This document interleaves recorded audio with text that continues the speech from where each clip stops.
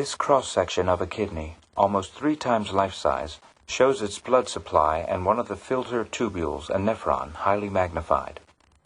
The nephron is a highly specialized coiled tubule measuring up to 1 inch in length. There are more than 1 million nephrons in each kidney. They function as the kidney's filter units. The kidneys filter unwanted materials from the blood and regulate the levels of water and chemicals in the body. As blood flows through a glomerular tuft, a tight knot of blood capillaries from which water and chemicals filter into the nephrons, fluid is forced into the Bowman's capsule. The Bowman's capsule, the expanded beginning of the tubule, acts as the nephron's collecting cup for fluid filtering from the blood. The filtrate then flows along the coiled tubule. Further waste material is secreted directly into the nephron tubule. At the same time, reabsorption of essential chemicals into the capillaries takes place.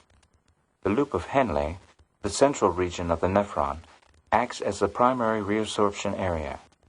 Urine, the yellowish liquid remaining, passes from the nephron collecting ducts into the renal pelvis, which lies at the core of the kidney and acts as a funnel to conduct the liquid into the ureter. Through the ureters, the urine is conducted away from the kidney and emptied into the bladder. The cortex, or outer region of the kidney, houses the glomerulus of each nephron. The medulla, or the inner region of the kidney, contains the loops of Henle and the collecting ducts.